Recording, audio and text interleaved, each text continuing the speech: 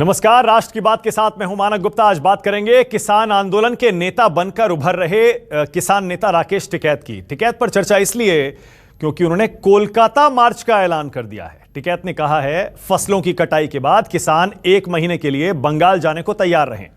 उन्होंने फिर एक बार साफ किया वो कृषि कानूनों की वापसी के लिए सरकार पर हर तरह से दबाव बनाएंगे। बंगाल विधानसभा में आप जानते ही हैं, चुनाव के काउंटडाउन के बीच टिकैत के बयान के सियासी मायने क्या होंगे। सवाल यह है, क्या टिकैत सियासी पिच पर बल्लेबाजी के लिए तैयार हैं या उन्होंने सरकार पर दबाव बनाने के लिए ऐसा बयान दिया है? क्योंकि बीजेपी बंगाल का किला फतेह करने के लिए इस समय पूरा जोर लगा रही है। एक तरफ राकेश टिकैत और किसान नेता कहते हैं कि उनका यह आंदोलन पूरी तरह से अराजनैतिक है, और दूसरी तरफ राकेश टिकैत किसानों से अपील कर रहे हैं कि वो 1 महीने के लिए बंगाल जाने के लिए तैयार रहें। बंगाल में चुनाव हो रहे हैं, वहां पर बीजेपी ने चुनाव प्रचार में पूरी ताकत झोंक रखी है।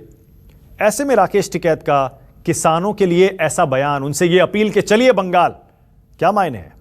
इसी पर होगी आज राष्ट्र की बात।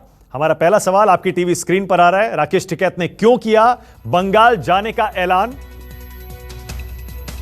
और क्या राजनीति में आने की तैयारी कर रहे हैं टिकैत? इसी पर आज बहस करेंगे राष्ट्र की बात में। लेकिन पहले जरा सुन लीजिए राकेश टिकैत ने किस तरह दी सरकार को सीधे चुनौती। किसान कलकत्ते की तरफ को अपने ट्रैक्टर लेकर चलेगा, कलकत्ते की तरफ को।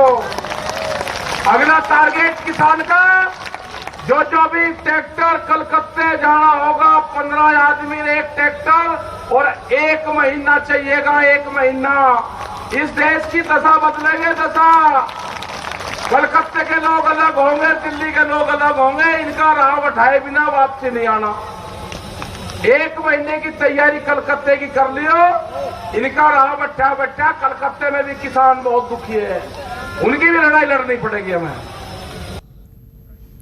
चुनाव के बीच कोलकाता किसानों को क्यों ले जाना चाह रहे हैं राकेश टिकैत? आज राष्ट्र की बात में इसी पर होगी बहस। मेरे साथ किसान नेता धर्मेंद्र मलिक जुड़ गए हैं, जो कि खुद गाजीपुर बॉर्डर पर डेरा डाले हुए हैं और राकेश टिकैत के करीबी माने जाते हैं। आरपी सिंह बीजेपी से जुड़ गए हैं। कांग्रेस से आलोक शर्मा आपकी टीवी स्क्रीन पर आ रहे हैं। नावेद सिद्दीकी हैं समाजवादी पार्टी से, और शुभ्रस्था को आप देख पा रहे हैं, पॉलिटिकल एनालिस्ट हैं और लेखक भी हैं। आप सभी का स्वागत। धर्मेंद्र मलिक, आप ही से शुरू कर रहा हूं।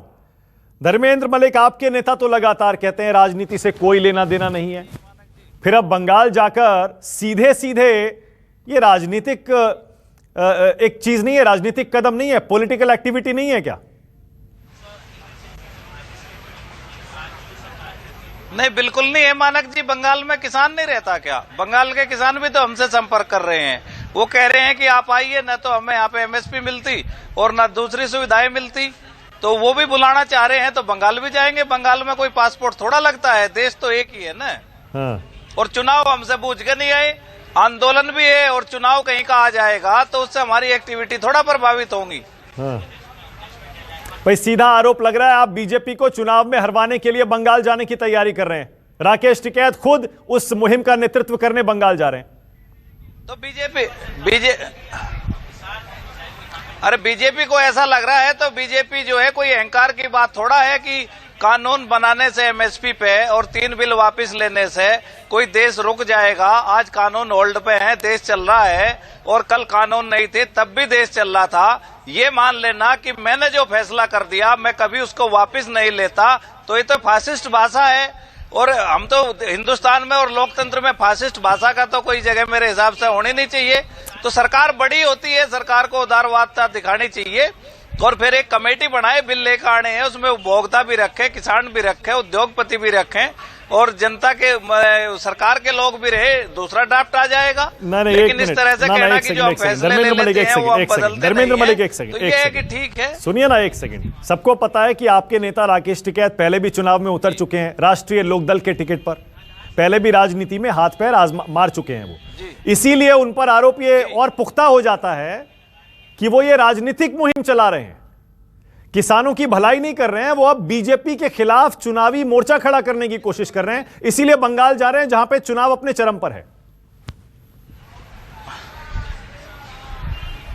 नहीं, हमारी तो लड़ाई सरकार से है, बीजेपी से थोड़ा हमारी लड़ाई है। बीजेपी तो एक पार्टी है और सरकार जो है सबकी होती है। हमने भी वोट दिया है, किसको दिया है वो अलग विषय है, लेकिन वोट से सरकार बनती है। किसानों ने बहुत वोट दिया है इस सरकार को जो वर्तमान में। हाँ, तो सरकार तो बीजेपी की है ना। करने का हक है, हम अधिकारों फिर के लिए बंगाल में लड़ आप रहे हैं। जाएंगे, सोचिए वहां मुहिम चलाएंगे, किसको फायदा होगा, किसको नुकसान होगा? सरकार पूरे देश की है। किसको? बीजेपी को नुकसान होगा ना वहां पर। अरे भाई, तो बीजेपी को समझ में आ जाना चाहिए अगर उनको लगता है। मुझे तो नहीं लगता। अगर उनको लगता है कि बीजेपी को नुकसान होगा तो किसानों से बात करें, खत्म करें। 24 घंटे की बात नहीं है मानक जी। हाँ, ओके। आरपी सिंह, पंजाब में अपना हाल आप देख चुके हैं, अब बंगाल में भी तैयारी कर लीजिए। राकेश टिकैत और किसान नेता जाएंगे, आपको हरवाने के लिए वहां पर पूरी ताकत लगाएंगे। मानक, आपने शायद राजस्थान में हमारा हाल नहीं देख सुनाया। आपने हमारा हाल तेलंगाना में हैदराबाद के अंदर क्या वो नहीं बताया आपने मणिपुर में क्या हुआ वो नहीं बताया आपने, यूपी के बाई इलेक्शन में क्या वो नहीं बताया, मध्य प्रदेश में क्या हुआ बाई इलेक्शन में, कर्नाटक में क्या हुआ बाई इलेक्शन में। आप रोज आकर पंजाब की माला जपते हैं, रोज देखता हूँ मतलब। और जबकि पता है कि ये सारा मुहिम पंजाब का है और वहां पे दिक्कत है। तो आपके चैनल पे कल भी आपको परसों भी आपको कह रहे कि दिक्कत है, हम मानते हैं वहां पे, क्योंकि वहां पर जिस प्रकार से गुंडाई की गई, जिस प्रकार से चुनावों में काम नहीं करने दिया गया, कैंपेन नहीं करने दिया गया, सरकारी तंत्र का दुरुपयोग किया गया। मैंने पंजाब इसलिए गिनवाया क्योंकि किसान आंदोलन के बाद आरपी सिंह जी, जवाब सुनने एक बार मैं एक छोटा सा क्लैरिफिकेशन तो कर दूं। आपने कहा कि मैं और चुनाव की बात नहीं करता, मैं हर चुनाव की बात करता हूं, लेकिन ये चुनाव किसान आंदोलन शुरू होने के बाद हरियाणा और उसके बाद पंजाब, ये दो ही तो चुनाव हुए हैं, और कोई हुए तो बता दीजिए मुझे। आप कैसे बोल गए? राजस्थान कब हुआ था? जरा खंगालिए जरा। हाँ। अपने जो आपका रिसर्च टीम उसको बताइए, खंगाल कर बताएंगे कि राजस्थान का चुनाव कब हुआ था उसके बीच में, या हैदराबाद का जो म्युनिसिपैलिटी का चुनाव वो कब हुआ था वहां पर। हाँ, जरा खंगालिए, अपनी टीम को बोलिए थोड़ा रिसर्च वर्क आपके लिए अच्छा कर दिया करें। नहीं तो कुछ मुझे बताइए, मैं आपको कुछ सहयोगी भेजूंगा अच्छे आपके रिसर्च वर्क के लिए, जो असली बात पे आएगा। हाँ, तो आप पंजाब के अंदर हमारे प्रदेश अध्यक्ष की गाड़ी कांग्रेस के लोगों ने तोड़ी, गुंडाई कर तोड़ी और किसानों का झंडा लेकर तोड़ी। सबको पता है कि किसानों के कंधे पर बंदूक रखकर कांग्रेस अपना खेल कर रही है। वो पंजाब में किया है, अब वो बंगाल में करने जा रही है। दिख रहा है, स्पष्ट दिख रहा है। टिकैत साहब अपनी भाषा नहीं बोले। टिकैत साहब तो वो थे जिन्होंने कहा था मुझे तो तीनों बिल बहुत अच्छे मंजूर है जी, तीनों बिल हमारी सदियों पुरानी मांग थी। मैं किसी के ये नहीं कि किसी के आप कह दो कि प्रेस कटिंग है ना, मेरे पास प्रेस स्टेटमेंट है इनकी। प्रेस स्टेटमेंट और कटिंग में फर्क है। उन्होंने कहा था बहुत अच्छे बिल है, ये तो हमारी सदियों पुरानी मांग थी, हम तो कई दिनों से इस बात करने लगे थे, हमारी मांग आपने पूरी कर दी। तो यानी स्पष्ट दिख रहा है कि राजनीति हो रही है और वो राजनीति कर रहे हैं, ठीक है, अपने मन से। यानी आप कह रहे हैं कांग्रेस के इशारों पर टिकैत साहब बंगाल जा रहे हैं? सर, वो ओपनली कह तो नहीं है, उनके मंचों पर आ रहे हैं कांग्रेस के नेता। कब नहीं आ रहे कांग्रेस के नेता? स्पष्ट है, वो कांग्रेस के नेताओं को अपने मंच पे बुलाते हैं, उनको बुलाकर भाषण कराते हैं, वो उनसे बातचीत कराते हैं, उनके पब्लिक डोमेन में भाषण कराते हैं, उनके लिए भीड़ इकट्ठी करते हैं। टिकैत जी ने नहीं दिया है। सर, मैं माफी चाहता हूं, आप बयान दोनों दो। बयान तो ये भी नहीं दिया था कि मैं बक्कल उखाड़ दूंगा, याद है आपको कि मैं बक्कल उखाड़ देंगे हम सबके सब। फिर जब वहां बक्कल नहीं उखड़े तो बोला गोली क्यों नहीं मारी सरकार ने, याद है? भूला नहीं मैं इस बात को। कहा कि गोली क्यों नहीं मारती जो वहां लोग तिरंगे का अपमान कर रहे थे। अरे हम गोली मार देते तो कहते लो दंगा हो गया, हमारे किसानों को मार दिया। नहीं तो हमने लाल किले जाने के लिए किसी को नहीं कहा। बोलने वाला किसान है, इसको एनआईए का नोटिस नहीं, लाल किला जाने के लिए हमने किसी को नहीं कहा। देखिए आरपी सिंह जी, लाल किले पे जाने के लिए हमने किसी को नहीं कहा, किसी ने उनको गुमराह किया। आपकी सरकार है, आप जांच करवाइए, लेकिन बक्कल उखाड़ना भी कहा था और शांतिपूर्वक प्रदर्शन की भी बात कही थी। सब जानकारी आ रही है कि कांग्रेस पीछे है और ये पंजाब में हुआ। मैं माफी चाहता हूं, मैं बार बार कहता हूं, कृपा करके इनको बोलो पंजाब के मुख्यमंत्री से 90,000 करोड़ रुपए के कर्जे माफी का वादा पूरा कराए। अगर ये सचमुच किसान के बेटे और किसान के नेता है तो कैप्टन के सिर पे जाकर बोले कि तुमने गुटखा साहब पकड़कर कसम खाई थी कि मैं 90,000 करोड़ रुपए का कर्जा माफ करूंगा। वो कर्जा माफ कराए पहले जाकर, फिर राजनीति की बात करें। बोलिए धर्मेंद्र मलिक, कांग्रेस के इशारों पर आप बीजेपी को नुकसान पहुंचाने के लिए सिर्फ पॉलिटिक्स कर रहे हैं। अच्छा, ये तो बहुत सस्ता आरोप है, कोई भी लगा सकता है। मेरे भाई आरपी सिंह जी अगर इस तरह की बात करेंगे, अब आरपी सिंह जी ने एक भी व्यक्ति कहीं कांग्रेस का देखा हो आंदोलन में, मीटिंग में, पंचायत में कोई फोटो जारी कर दे।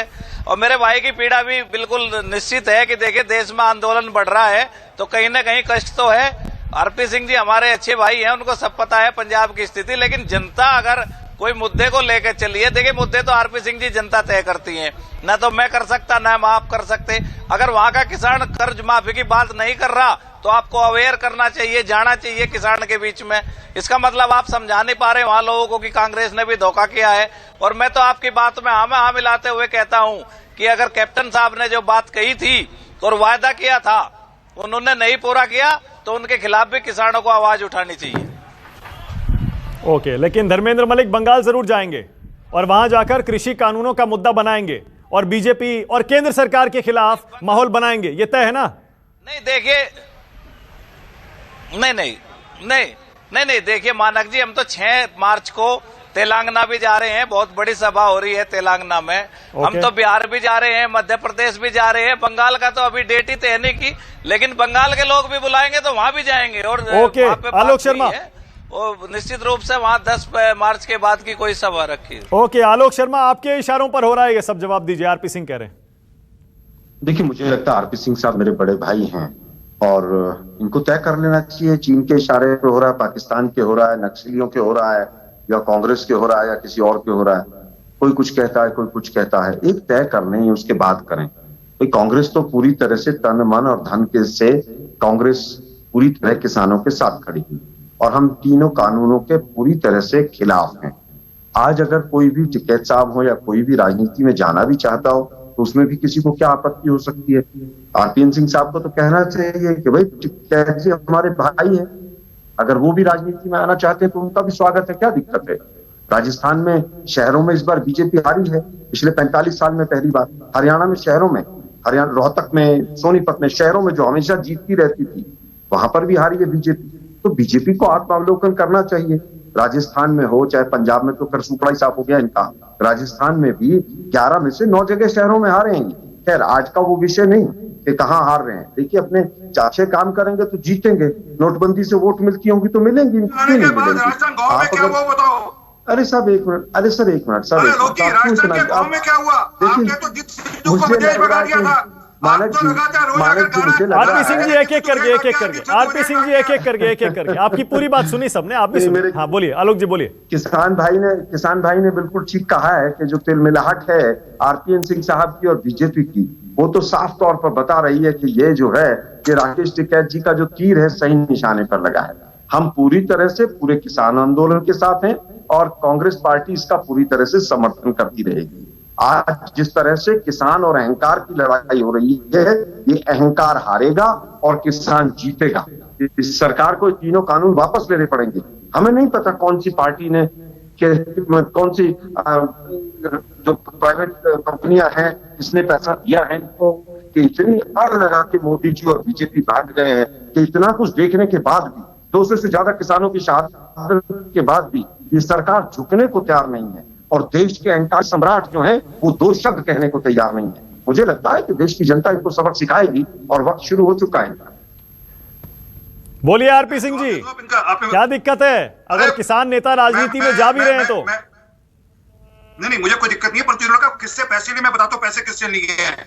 वो 90 लाख रुपए का हिसाब नहीं दिया जो कच्चे में नहीं, पक्के में नहीं। कच्चे का हिसाब तो पूछ ही ना, जो चाइना से पक्के के पैसे लिए थे मैंने अपने राजीव गांधी फाउंडेशन के लिए और देश बेच खाया था करारनामा करके चाइना के साथ। तो आप मत बताया करो कहां से पैसे क्या है।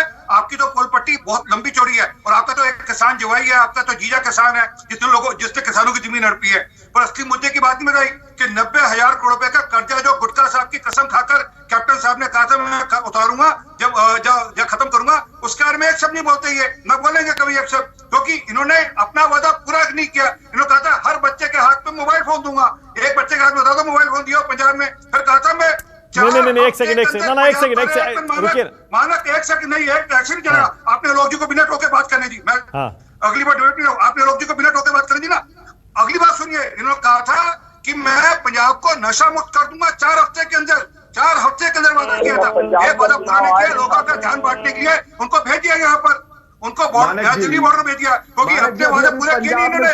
आप जिस दिन 90 लाख रुपए आपने 90 लाख रुपए बताइए आरपीएन सिंह साहब, अगर कैप्टन साहब ने काम नहीं किया तो सुपड़ा आपका साथ क्यों हुआ? चाइना की जलाली करनी बंद करो। 90 लाख रुपए लिया था। अरे भाई आप मुझे केवल ये बताइए कि कैप्टन साहब ने काम नहीं किया और सुपड़ा बीजेपी का साथ हो गया, आम आदमी पार्टी का साथ हो गया, अकालियों का साथ साथ हो गया, ऐसा क्यों हुआ? सोचिए, बौखलाइए मत, बौखलाइए मत, अभी तो शुरुआत हुई है। आप लोगों की तब तक हिंदू मुसलमान बांटेंगे, तब तक चीन से डरेंगे, तब तक चीन से डरेंगे आप लोग, तब तक पाकिस्तान के नाम पर वोट मांगेंगे। ओके, एक सेकंड, अब रुक जाइए। नावेद सिद्दीकी और शुभ्रस्ता को लाइए, मैं वापस मुद्दे पर ला रहा हूं, मुद्दे से भटक गए हम, मैं वापस मुद्दे पर ला रहा हूं। शुभ्रस्ता और नावेद सिद्दीकी। शुभ्रस्ता, क्या राकेश टिकैत, क्योंकि मुझे पता है 2-3 दिन पहले मेरे ही शो पर आपने ये बात कही थी कि ये राजनीतिक आंदोलन है, अगर राकेश टिकैत कह रहे हैं कि वो बंगाल जाएंगे चुनाव प्रचार के बीच, क्या उससे आपकी बात साबित होती है? शुभ्रस्ता जी, उससे ये बात साबित ही नहीं होती है, उससे ये बात पूरी तरह से पुष्ट होती है कि इस आंदोलन का जो पूरा प्रारूप है वो पूरी तरह चुनावी राजनीति से प्रेरित है। नहीं तो आप बताइए, दिल्ली की सड़कों पे सिंघू बॉर्डर पर बंगाल के किसान गायब क्यों थे? अगर बंगाल से इतना ही जन समर्थन मिल रहा था राकेश टिकैत जी को, तो 4 बंगाली नेता होने चाहिए थे जो कि मीडिया से बात कर रहे होते। लेकिन आपको आज तक क्या कोई भी बंगाली नेता दिखा जो कि किसानों के पक्ष में राकेश टिकैत जी की तरफ से बात कर रहा हो? किसानों के पक्ष में तो पूरा देश खड़ा है मानक जी, आप और हम जैसे लोग भी किसानों के साथ खड़े हैं। हम सब जानते हैं कि हमारी प्लेट में जो रोटी आती है वो किसानों अन्नदाता की वजह से आती है, लेकिन उनके नाम पर एक झूठा आंदोलन खड़ा करना, मुझे लगता है ये बहुत बड़ी धोखेबाजी है, किसानों की कौम के साथ धोखेबाजी है। पर झूठे आंदोलन में हजारों लाखों किसान कैसे जुड़ सकते हैं? शुभ्रस्ता, आप बार बार इसे झूठा आंदोलन कहती हैं, जो सिंघू बॉर्डर पर, टिकरी बॉर्डर पर, गाजीपुर बॉर्डर पर, या फिर उनके पीछे जो किसान हैं, महापंचायत देखिए कितनी हो रही है, वहां पर बहुत भीड़ आ रही है। आपने पॉलिटिकल एनालिसिस्ट का नाम दिया है। हाँ, ये बीजेपी की बी टीम जो आप नाम बदल कर लाते हो, इनका चेहरा बिल्कुल टीवी पर आते ही खुल जाता है। इनको ये नहीं पता कि अविक शाह और अनुराधा तलवार पहले दिन से बंगाल से इस पूरे मूवमेंट में शामिल हैं, और इनका अपने मन से बनाए हुए आंकड़े से ये लोग तय करते हैं कि देखिए राजनीतिक दल आंदोलन है या राजनीतिक आंदोलन है। अरे सर्टिफिकेट आप दोगे हमको? कोई चुनाव लड़ते हुए कोई किसी की तैयारी है उस तरह की? किसान मतलब किसानों को बदनाम करने का ठेका लिया है आपने। दिल्ली में देंगे आप पॉलिसी तय करते हो। ओके, हाँ शुभ्रस्ता बोलिए। बोल लीजिए धर्मेंद्र नहीं, बोलने तो आप बोलने लायक बात ही नहीं कर रहे, आप तो बराबर के हैं, आप हमारे भी ऐसे ही हैं, उनके भी ऐसे ही है। आपने इतने पवित्र आंदोलन पे आरोप लगाया, मतलब आपकी मानसिकता क्या है कि आप? अरे एक सेकंड, अरे धर्मेंद्र मलिक एक सेकंड रुकिए ना, एक सेकंड धर्मेंद्र मलिक एक सेकंड देखिए, अब आप जब आप राजनीतिक कदम उठाने की बात करेंगे, जब आप जहां चुनाव हो रहा है उस राज्य में उतरने की बात करेंगे, तो फिर आरोप तो आपको झेलने पड़ेंगे ना। सुनने की थोड़ी सी हिम्मत भी रखिए, सबको मौका दीजिए बोलने का। बोलिए शुभ्रस्ता, बोलिए। अगर किसान आंदोलन के नाम इस बात को कोई राजनीतिक दल का व्यक्ति कहे तो मुझे कोई दिक्कत नहीं। अरे अच्छा सुनिए तो सही क्या कह रही हैं वो, फिर जवाब दीजिएगा। हाँ बोलिए शुभ्रस्ता। आपने डाला क्या अपना नाम? बोलिए। हाँ धर्मेंद्र मलिक जी, मैं भाजपा की ए टीम हूं, मैं भाजपा की बी टीम नहीं हूं, मैं भाजपा की ए टीम हूं। इस मामले में जो फार्म बिल पास हुए हैं धर्मेंद्र मलिक जी, वो पूर्णतः भारत के किसानों के पक्ष में। आपने मान लिया, अब कोई कष्ट नहीं है। आपको हो रहा है कि आप लोगों के जो 4 लोग थे ना, 4 कंपनियों ने जो कब्जा कर रखा था किसानों की आमदनी पे, अब वो आमदनी हर एक किसान में बटेगी। पेट दर्द आपको इस वजह से है।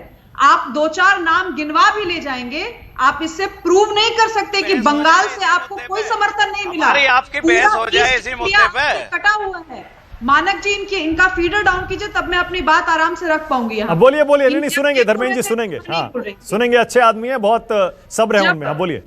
सिंघू बॉर्डर की बात आपने क्यों, आपने मानक जी बताया कि ये आंदोलन ये 5-6 ही जगह पे क्यों लिमिटेड है, वहां से आगे क्यों नहीं बढ़ पा रहा है? उसका कारण मैं हर चैनल पे बार बार ये कह रही हूं, आप अपनी रिप्रेजेंटेशन लेकर के पंजाब के चीफ मिनिस्टर के पास जाइए, उत्तर प्रदेश में जो छोटा सा एरिया है जहां पे आंदोलन है, आप योगी आदित्यनाथ जी के पास जाइए, आप कहिए आपकी क्या समस्याएं हैं। आपने आज तक देश की जनता को एक पर्चे में बता नहीं पाए कि आपके डिमांड्स क्या हैं, ये कहने के अलावा कि निरस्त कर दिए जाए कानून ऐसा निरस्त नहीं होता धर्मेंद्र मलिक जी। देश की जनता टैक्स पेयर का पैसा लगा है उस तीनों बिल को पास करवाने में। आप लोग लठैती से इस बिल को वापस नहीं लेने के लिए मजबूर कर सकते। आपको लड़ना है, पहले आप वाद विवाद के थ्रू समझाइए कि इस बिल में आपको क्या दिक्कत है, किस क्लॉज से क्या दिक्कत है। जब तक आप क्लॉज वोट नहीं करेंगे तब तक यह आंदोलन पूरी तरह से राजनीतिक माना जाएगा। और जब आप चुनावी राजनीति में उतरे हैं तो हम जैसे विश्लेषकों का क्या, जनता के रोष का भी सामना करना पड़ेगा। थोड़ी सहनशीलता, थोड़ा धैर्य रखना सीखिए। किसी भी व्यक्ति को ब्रांड करना बंद कीजिए। और ये मर्दवादी सोच है कि कोई महिला अगर कुछ कह रही है तो सीधे उसको किसी पार्टी का प्रवक्ता बता दो। अब हमारी बात सुनिए। ओके, धर्मेंद्र मलिक एक सेकंड रुकिएगा। नावेद के पास जा रहा हूं। नावेद सिद्दीकी बहुत देर से इंतजार कर रहे हैं, उसके बाद आ रहा हूं आपके पास घूम के।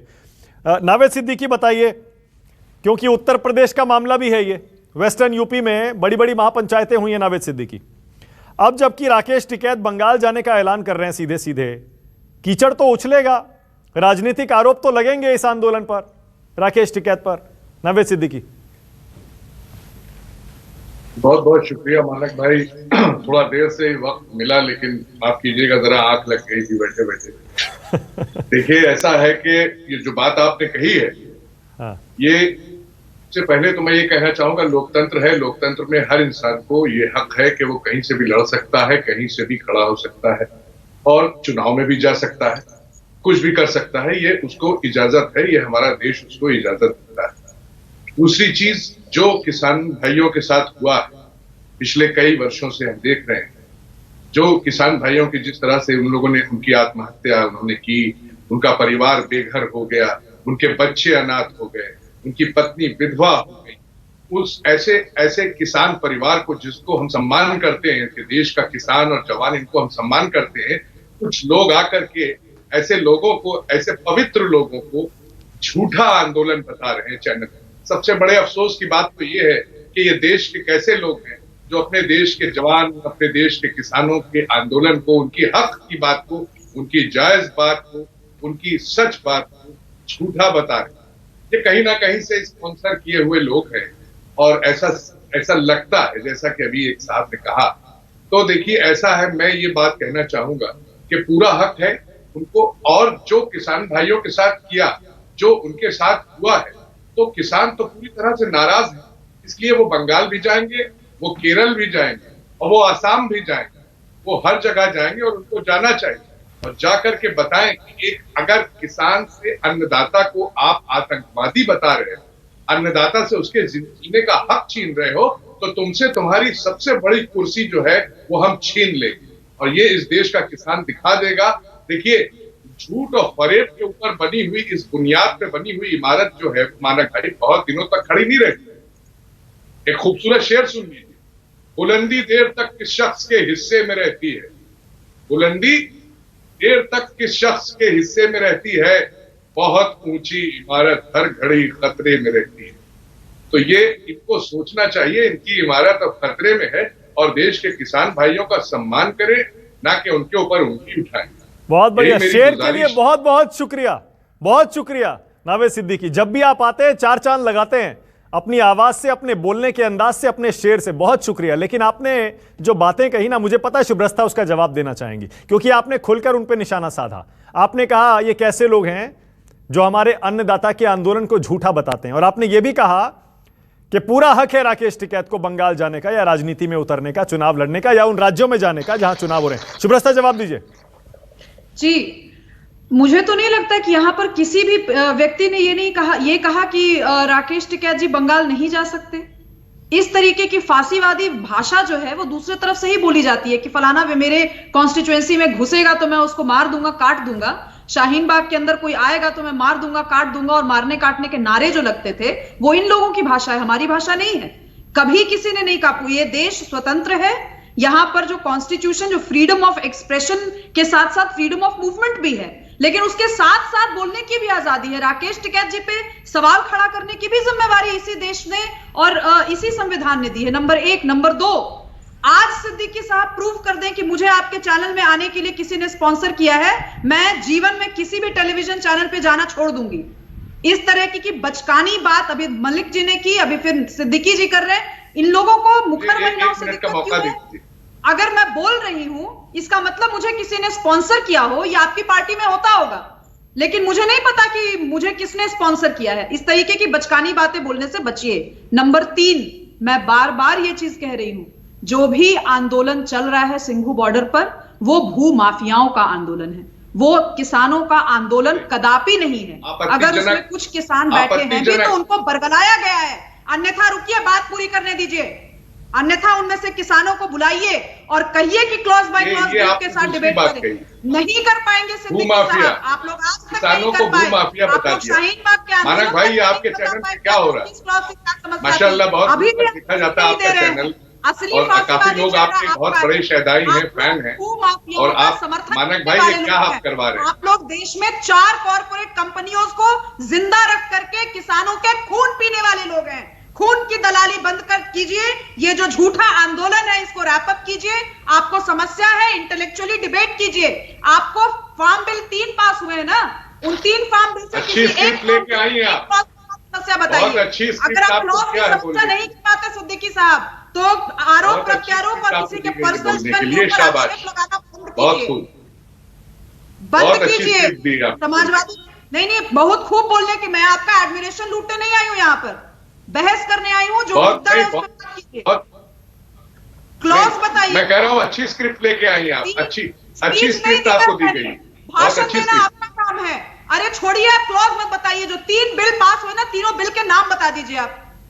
मानक जी, मैं आप बहुत अच्छी स्क्रिप्ट लेकर के चरित्र के ऊपर 2 लोगों ने लांछन लगाया। आप इन दोनों नेताओं से कहिए वो जो बिल्स पास हुए उन बिलों के नाम बता दे। केवल मैं सिर्फ बिल का नाम पूछ रही हूँ, नहीं नाम बताइए।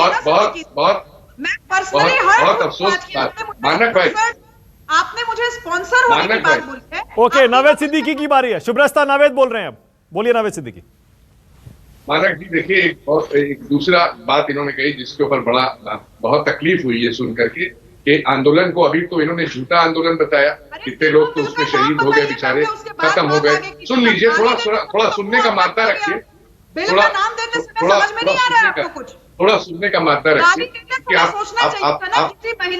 कि आप किसी महिला की आवाज को स्पॉन्सर्ड आवाज बोलने के पहले सोचना चाहिए था आपको।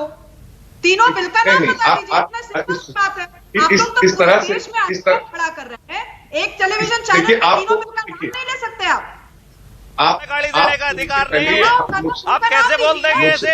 झूठा आंदोलन है। एक मिनट नावेद सिद्दीकी को मौका देना पड़ेगा मुझे। एक सेकंड धर्मेंद्र मलिक, एक सेकंड रुक जाइए। नावेद अपनी बात पूरी कर लें, उसके बाद आपके पास आऊंगा। एक सेकंड, नावेद सिद्दीकी बोलिए। देखिए मैंने तो मैं तो पूरी बात सुन रहा था, लेकिन उससे पहले ही आपको बी टीम बता दिया गया और आपने खुद ए टीम कबूल कर दिया। तो ये जब आप ही ने कर लिया, तो उसके बाद तो फिर जब आप कबूल कर रही तो दूसरा तो कहेगा ही आपको। देखिए, लेकिन आपने एक तो आंदोलन को झूठा बताया, दूसरा आपने भू माफियाओं का आंदोलन बता दिया। मतलब जो शहीद हो रहे हैं आपको वो नहीं दिखे। एक महिला हो करके आप एक विधवा का दर्द नहीं जान रही है। बड़े अफसोस की बात है कि किस तरह से जब उनका पति जो है पेड़ में लटक करके अपनी जान दी और बच्चे भूखे घर में बिलखते रहे खाने की वजह से, आप ऐसे परिवार में ऐसे किसानों का तो सम्मान करना चाहिए। आप ऐसे एक महिला होकर के आप ऐसे लोगों को कह रही भूमाफिया। बहुत अफसोस की बात है कि राष्ट्रीय चैनल पे बैठ करके इस तरह की बातें करना एक बहुत एक आपके लेवल की बात नहीं है। आप बहुत अच्छा बोलती हैं, अक्सर मैंने कभी कभी सुना है आप, लेकिन मैं गुजारिश करूंगा बहन कि इस तरह से मैं पीआर सुनने के लिए नहीं बैठी हूँ यहाँ। मैं आपसे गुजारिश करूंगा कि आप किसान भाइयों से इस चैनल पे माफी मांगिए। आप माफी मांगिए, किसानों से माफी मांगिए, इस वक्त किसान भाइयों से माफी मांगिए। आपने बहुत गलत बात कही, मर्दवादी सोच से बाहर निकलो नावेद सिद्दीकी। आपने बहुत बड़ी बात कही है। आप किसानों से माफी मांगिए। नाम तो गिनवा दीजिए। जिन बिल के नाम पे आंदोलन खड़ा किया हुआ है आप लोगों ने, उसका नाम नहीं पता आपको? इतने अनभिज्ञ हैं। आपको ये बताइए कि किसान भाइयों का जो किसान भाइयों के लिए आप कृषि कानून एक से एक कृषि कानून तो आप पारित कर रही हैं कि कृषि कानून पे आप जिक्र कर रही हैं, लेकिन आप उसके बाद कृषि कानून पे बात हुई क्या? किसान के कर्जों का जो किसान का कर्ज है, कर्ज माफ करने की बात नहीं की। किसान का कितना कर्ज है बताइए आप? आपने 10,000 किसान करोड़। कानूनों का नाम नहीं लिया, किसान की कर्ज माफी की बात 10,000 नहीं है इसमें। अब अरे मैं समझा क्या दूं एक आपको, बात आप क्योंकि पकड़ आपको के आ मॉडल गए। नहीं मालूम है तो मैं समझा देती हूँ। मुझे गुरेज नहीं है, देखिए, मुझे गुरेज नहीं है नावेद सिद्दीकी। मैं पॉलिसी पे बात कर रही हूँ, मैं आपको अब आप समझा देती हूँ कि इस बिल में क्या है। आपकी असलियत इस सामने बिल आ के गई तहत है। नावेद सिद्दीकी, लोग वो कोई आपको भी बुरा किसान लग गया, कोई अगर बात किसी नहीं, भी व्यक्ति को बुरा लग अपना गया। मानक भाई उत्पाद इनको बुरा बेचना लग गया, है, इनको तकलीफ उसको हो गई। 3 अगर दिनों मेरी के वजह से अंदर उसका तकलीफ हुई हो तो मैं भुगतान माफी मिलना मांग ही लेता हूँ, चाहिए, लेकिन किसान नहीं भाइयों से पड़ेगा। माफी मांग ली। नहीं तो वो सीधे कोर्ट में किसान लेकर भाइयों जा से तो सकता माफी है। मांगी ली अभी अरे तक ये व्यवस्था ना देश में शुभ, नहीं एक सेकंड शुभ्रस्ता, आप ही बता दीजिए। चलिए आप ही बता दीजिए शुभ्रस्ता, आप ही नाम बता दीजिए। छोड़िए, आप बार बार जी, उनसे पूछ रही हैं। मैं बहुत क्लियरली ये कह रही हूं, इसीलिए इस आंदोलन को झूठा कहा जाता है। जितने पार्टी के प्रवक्ता और आंदोलन के प्रवक्ता यहां आते हैं, उनको तीनों बिल के किसी भी क्लॉज छोड़िए, बिल का नाम तक नहीं मालूम है। इतनी युगांतकारी बात है इन तीनों बिल्स के अंदर। एक बिल ये बात कहता है कि अगर कोई किसान अपना कोई भी उत्पाद है वो किसी को भी बेच रहा है, 3 दिनों के अंदर उसका भुगतान अगर नहीं होता है तो किसान के पास पूरी व्यवस्था है, पूरा अधिकार है कि वो कोर्ट में जाकर के अपने लिए न्याय की गुहार कर सकता है। क्या आज तक इस राष्ट्र के किसी भी नेता ने ये सोचने की कोशिश की? ये बताएं, और इसका मानक भाई से पूछिए कि किसान भाइयों के साथ इतनी मीटिंग हुई है, इतनी मीटिंग में जाकर के क्या बिल उनको समझाया गया? अभी तक क्लॉज से काम चल रहा था, क्लॉज पर चर्चा हो रही है, फिर आपको किसान दिक्कत हो भाइयों को रही है। बिल समझाया नहीं है। सुन लीजिए भाई साहब, किसान भाइयों को बिल तो सब इतनी मीटिंगें कर डाली, कृषि मंत्री ने कर डाली, होम मिनिस्टर ने कर डाली, प्रधानमंत्री जी भी बोल रहे हैं, इतने लोग बोल रहे हैं। क्या अभी तक किसान क्यों आंदोलन कर रहा है? अगर बिल आपका इतना ही अच्छा है, बिल आपका इतना ही साफ सुथरा है, तो किसान क्यों बैठा हुआ है अभी तक? जो पूरी स्ट्रिप थी बिचौलियों को, उसको ओके, एक सेकंड, आपकी आवाज में कुछ दिक्कत आ रही है शुभ्रस्ता और नावेद सिद्दीकी, ठीक करा रहा हूं उसे। धर्मेंद्र मलिक को लाइए, उसके बाद आरपी सिंह और आलोक शर्मा। धर्मेंद्र मलिक, आप जवाब देना चाहेंगे? पूरी तरह से राजनीतिक आंदोलन है, शुभ्रस्ता कह रही है झूठा आंदोलन है। नहीं, मैं सुब्रता जी, मानक जी मैं आपके सवाल का जवाब नहीं दूंगा, पहले सुब्रता जी का जवाब दूंगा। उन्होंने कहा है कि टैक्स पेयर का पैसा लगा है। उनको मैं बता दूं कि हम ट्रैक्टर के टायर पे भी 28% जीएसटी देते हैं, भरम ना पाले। BMW वाला भी 28% देता है, और एक मेरे गांव का किसान बुग्गी चलाने वाला वो भी 28% देता है। बराबर का शेयर है हमारा इस देश में टैक्स में। दूसरा मैं ये बता दूं कि जीएसटी जब से आया है, हर चीज पे जीएसटी लगती है, तो ये फर्जी देश प्रेमी ना बने। टैक्स हमसे ज्यादा कोई नहीं देता, हम 90% उपभोक्ता है। दूसरी बात ये कहती थी क्लोज वाइज चर्चा करें, पहले तो उनसे चर्चा करने का कोई राइट नहीं बैठता, क्योंकि ना वो भाजपा है ना सरकार है। फिर भी मैं उन्हें बता दूं कि देखिए, इन कानूनों का नाम पढ़िए, इसमें कहीं किसान की बात नहीं है। पहला कानून है कृषि व्यापार वाणिज्य एवं संवर्धन सरलीकरण 2020। इसका मतलब इसमें कहीं किसान की बात है, इसमें कृषि व्यापार की बात है। बिल का जो प्रीएम्बल होता है वो उसकी मूल होता है, उसकी आत्मा होती है, और इस बिल की आत्मा से निकाल के ये लिख दिया गया प्रीएम्बल में कि किसानों को उचित और लाभकारी मूल्य दिया जाएगा। यानी कि कहीं पे ये नहीं लिखा गया कि किसानों को उसकी फसल का न्यूनतम समर्थन मूल्य दिया जाएगा। इससे ऊपर की बात होती तो ये बिल हमारे फायदे का होता। ये सुब्रता जी ढंग से सीख लें। दूसरा मैं इनको बताऊं कि इसके लॉकडाउन के अंदर, कोविड के अंदर 150% व्यापार बढ़ा है डिब्बा बंद भोजन का, और 148% व्यापार बढ़ा है इमेजिन और फ्लिपकार्ट से सब्जियां खरीदने का। पूरी कंपनियों की दृष्टि है कृषि व्यापार के ऊपर। 500 बिलियन डॉलर का व्यवसाय है, लगभग 36.50 लाख करोड़ के आसपास का जो खाद्य उत्पादन का व्यापार है हिंदुस्तान में, उसको कैप्चर करना चाहते हैं कौन? अडानी सोया, अडानी का पहले सोया आता था। धर्मेंद्र मलिक, सुनिए मानक जी, मुझे समय देना पड़ेगा। नहीं, समय दे रहा हूं मैं आपको। मैं आपसे सवाल पूछना चाह रहा हूं, सवाल तो पूछ लूं। नहीं, सुब्रता जी को मैं जवाब दे दूं, जो महिला सम्मान की दुहाई दे रही थी। अरे आप महिला सम्मान की, हम आपका सम्मान करते हैं, आप उसकी दुहाई दोगे, हम आपका रिगार्ड करते हैं, और आप हमें गाली दोगे, ये नहीं चल पाएगा। वे 200 महिलाएं, वे भी 200 महिलाएं हैं जो विधवाई हुई हैं, वो भी बच्चे हैं जिनके पिता या बाप दादा। ओके, एक सब ओके, ऑल राइट, ओके, आपने जवाब दे दिया। मेरा छोटा सा सवाल, उसके बाद आरपी सिंह और आलोक शर्मा के पास जा रहा हूं। मेरा सवाल धर्मेंद्र मलिक अभी भी वही है, जब आपके साथ आलोक शर्मा खुलकर कह रहे हैं कि भाई इनको हक है कहीं भी जाने का, राजनीति में उतरने का। नावेद सिद्दीकी कह रहे हैं इनको हक है, संविधान इजाजत देता है, कानून ये इजाजत संविधान देता है, कहता तो है, खुल के मान मानक लीजिए। है, मानक नहीं, है, मैं ये कह रहा हूं, संविधान सुनिए ना, कहता है। मेरी बात मैं तो नहीं सुनिए। कहता, खुल ना के मान लोक शर्मा लीजिए कहते कि हैं। आप बीजेपी को सबक सिखाने के लिए बंगाल जा रहे हैं, जैसे आपने पंजाब में सिखा दिया। मान लीजिए खुल के, क्या दिक्कत है इसमें?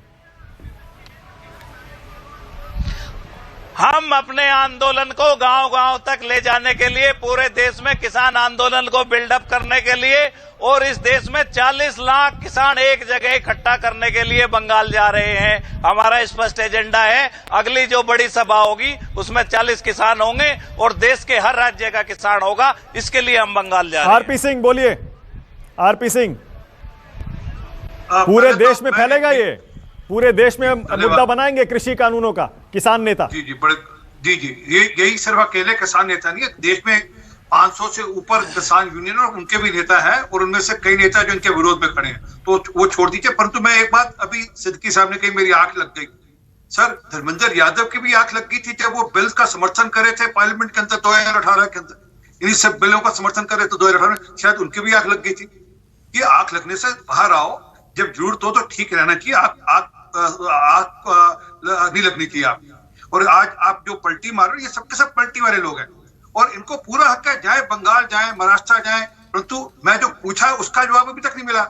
ये कैप्टन साहब के पास जाकर 90,000 करोड़ रुपए के कर्जा माफी की बात कब करेंगे, वो नहीं बता रहे। इनको वाला खाते को कांग्रेस इनको स्पॉन्सर कर रही है। मैं आज कह रहा हूं, मेरा चैलेंज स्वीकार करें, ये किस दिन जाकर कैप्टन अमरिंदर सिंह के दरवाजे पे जाकर उन्हीं का किया हुआ वादा पूरा कराएंगे तो मानेंगे किसान नेता है। ये तो राजनीति है, हम राजनीतिक तरीके से अपील करेंगे, कोई दिक्कत नहीं है। बताएंगे ना, बक्कल उखाड़ने की जो बात की थी, जरा बात करेंगे आपसे भी थोड़ी देर में, बक्कल उखाड़ने वाली बात भी बताएंगे आपको, उसके राजनीतिक तौर पे आपको समझ लग जाएगी बात। आपने जो कहा था गोली क्यों नहीं मारती, हम आपकी भाषा, आपके सब रिकॉर्डिंग है वहां पर, और जो आपने गाजीपुर में किया वहां से 26 तारीख को जिस प्रकार से आपने लोगों को भेजा आईटी और लाल किले पे जाने के लिए, और किस प्रकार आपने पूरा षड्यंत्र रचा, और किन किन लोगों से आपकी बातचीत हुई, किन किन लोगों से मिले, कहां से पैसा है, सब जानकारी है। Okay, alright, okay Alok Sharma, okay Alok Sharma. उसके बाद धर्मेंद्र मलिक का रिएक्शन भी लूंगा। आलोक शर्मा, बीजेपी के प्रवक्ता जितने भी आते हैं मेरे शो पर, इससे पहले भी 2-3 बार मैं सुन चुका हूं यह बयान बीजेपी प्रवक्ताओं की तरफ से कि राकेश टिकैत को तो जेल भेजा जाएगा। उन्होंने जो किया है 26 जनवरी को लाल किले पर जो करवाया है, यह बंगाल नहीं, जेल जाएंगे। आलोक शर्मा, देखिए, मुझे लगता है जेल तो जो सवाल पूछ लेता है बीजेपी से वही जेल जाने के लिए तैयार है। बीजेपी के लोग देखिए, बीच में क्यों सवाल मेरे से एक मिनट आरपी सिंह, एक सेकंड क्लैरिफाई कर देता हूं। आलोक जी एक सेकंड, आप ही के पास आऊंगा, एक मिनट। धर्मेंद्र मलिक एक सेकंड रुकिएगा, एक सेकंड स्पष्टीकरण दे दूं, 1 मिनट स्पष्टीकरण। अरे आरपी सिंह रुकिए ना, स्पष्टीकरण दे रहा हूं, रुक तो सुन तो लीजिए, स्पष्टीकरण दे रहा हूं। आरपी सिंह ने यह नहीं कहा कि राकेश टिकैत को जेल भेजा जाएगा, लेकिन आरपी सिंह ने साफ साफ यह जरूर कहा कि उन्होंने 26 जनवरी के दिन जो किया उसका जिक्र उन्होंने किया। लेकिन मैं ये कह रहा हूं, मेरे इशू पर बीजेपी के कई प्रवक्ता, खासतौर से बीजेपी की प्रवक्ता संजू वर्मा, अभी 1-2 दिन पहले भी वो ये कहकर गई हैं कि राकेश टिकैत को जेल भेजा जाएगा। अब बोलिए आलोक शर्मा। देखिए, मुझे लगता है कि आज जो भी सवाल पूछे वो जेल जाने के लिए तैयार हो जाए। देश में ऐसे हालात हो गए, अगर कोई विद्यार्थी सवाल पूछ ले, नौकरी मांग ले तो वो नक्सली है, कोई मुस्लिम मांग ले तो पाकिस्तान चला जाए। आज कोई भी सुरक्षित नहीं है। 200 से ज्यादा देशद्रोह के चार्जेस जिस सरकार ने पिछले 5 वर्षों में लगा दिए हों, और 6200 से ज्यादा। अरे आप इतना बौखला क्यों रहे हैं? आप इतना बौखला क्यों रहे हैं? मुझे अरे नहीं साहब, वो तो पार्क में बैठा हुआ था, वो पार्क में बैठा हुआ था। नहीं, वो तो वहाँ नई दिल्ली में पार्क में बैठा हुआ था। दिल्ली पुलिस के एक अधिकारी पार्क से जा रहे थे, उन्होंने पहचान लिया। अरे सिंह साहब सुन तो लीजिए, माने जी क्या तरीका। आरपी सिंह जी एक करके, अरे सुनिए, चुप ही नहीं हो रहे। ओके आरपी सिंह जी, आपने कह दिया दीप सिद्धू के बारे में जो कहना था, सुन तो लीजिए।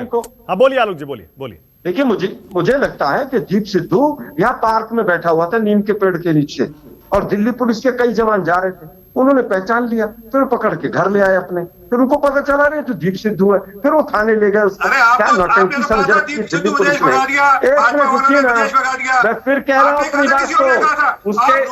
उसके वीडियो जो लाइव हुए हैं वो अमेरिका से हुए हैं।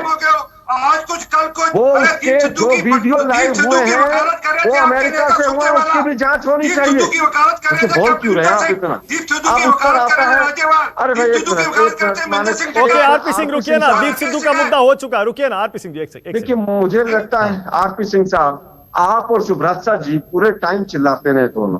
वो महिलाओं की दुहाई देती हैं, लेकिन उत्तर प्रदेश में जो रेप हो रहे हैं लगातार और बच्चियों की हत्या हो रही है उस पर एक शब्द नहीं बोलती हैं। वो 3 कानूनों की जनरल नॉलेज पूछना चाहती हैं। तो मैं पूछ लेता हूं भाई सुब्रता जी, कौन से चौराहे पर आपको कौन से कानून के ऊपर चर्चा करनी है? मैं आने को तैयार हूं। आपको जितना तैयारी का समय चाहिए हो मैं पूरा तैयारी का समय भी दूंगा। नरेंद्र तोमर जी ने कहा एग्रीकल्चर रिफॉर्म्स नहीं है, ये मार्केटिंग रिफॉर्म्स है। पहला जो कानून है। दूसरा जो कॉन्ट्रैक्ट फार्मिंग वाला है, आपने कहा कि 2 दिन के बाद 3 दिन के बाद कोर्ट जा सकते हैं। झूठ बोल रहे हैं सुब्रता जी आप। 3 दिन के बाद आप एसडीएम के पास जा सकते हैं, फिर डीएम कलेक्टर के पास जा सकते हैं और जाते जाते किसान अपना आत्महत्या के कगार पर पहुंच जाएगा। तीसरा जो एसेंशियल कमोडिटीज एक्ट है उसमें आपने अडानी और अंबानी के लिए होर्डिंग की कैपेसिटी को हटा दिया है। उसके बाद आप एक टीम तो बताती थी अपने आप को, लेकिन भूमाफिया कहती हैं आप किसानों को, ये बीजेपी का करती हैं आप। बीजेपी से समझ लें इस बात को। आपकी आवाज में कुछ दिक्कत भी आ रही है आलोक जी, मेरे पास टाइम भी खत्म हो गया है। क्लोजिंग कमेंट धर्मेंद्र मलिक आपको दे रहा हूं। बंगाल नहीं जेल जाएंगे ये कहते हैं बीजेपी वाले राकेश टिकैत के बारे में। जी बता, अगर हमने अपराध किया है तो हम बंगाल भी जाएंगे और जेल भी जाएंगे। अगर निष्पक्ष जांच होगी तो सब तथ्य निकल कर आएंगे। कौन लोग थे जो रेड कारपेट बैठा के इतनी आसानी से लोगों को लाल किले तक ले गए? हम 35 साल के किसान आंदोलन के इतिहास में हर बार कहते हैं कि संसद पर जाएंगे, लेकिन पार्लियामेंट थाना आज तक हम क्रॉस नहीं कर पाए। तो ये सब सवाल के जवाब भी देने पड़ेंगे।